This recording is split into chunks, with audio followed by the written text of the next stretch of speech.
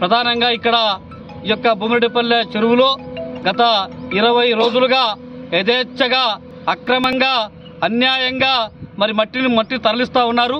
మరి ఈ మట్టిని ఎక్కడ తీసుకోబోతున్నారని చెప్పంటే కమర్షియల్గా ఉన్నటువంటి NH67 రోడ్డు ఏదైతే ఇవ్వద్దు 4 లైన్ల రోడ్డు ఏదైతే వచ్చిందో దానికి ఇక్కడి నుంచి మట్టిని తరలిస్తూ ఉన్నారు.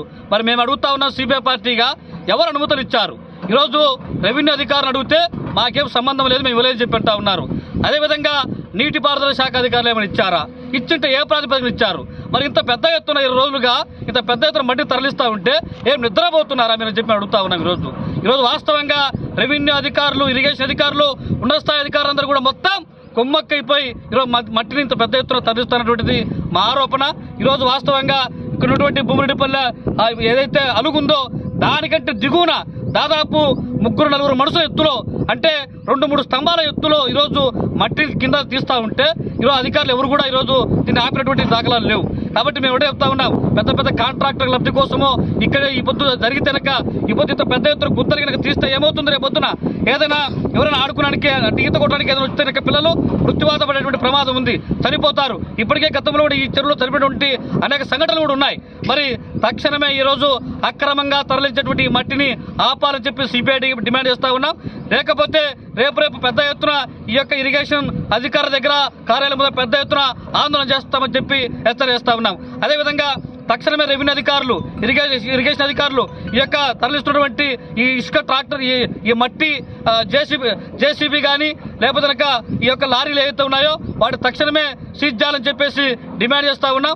అట్లా లేదు కాదుకూడదని చెప్పేది అంటే కనుక పెద్ద ఎత్తున సిపిఐ పార్టీగా ఆందోళన చేస్తామని చెప్పి హెచ్చరిస్తా ఉన్నాను.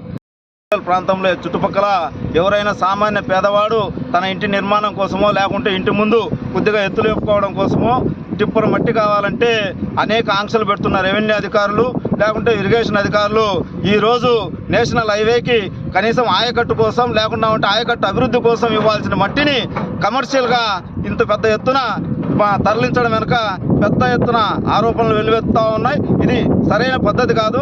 సామాన్యునికి ఒక న్యాయం, కాంట్రాక్టర్లకు ఒక న్యాయం అని చెప్పి భారత కమ్యూనిస్ట్ పార్టీ సిపిఐగా మేము వారిని డిమాండ్ చేస్తూ ఉన్నాం.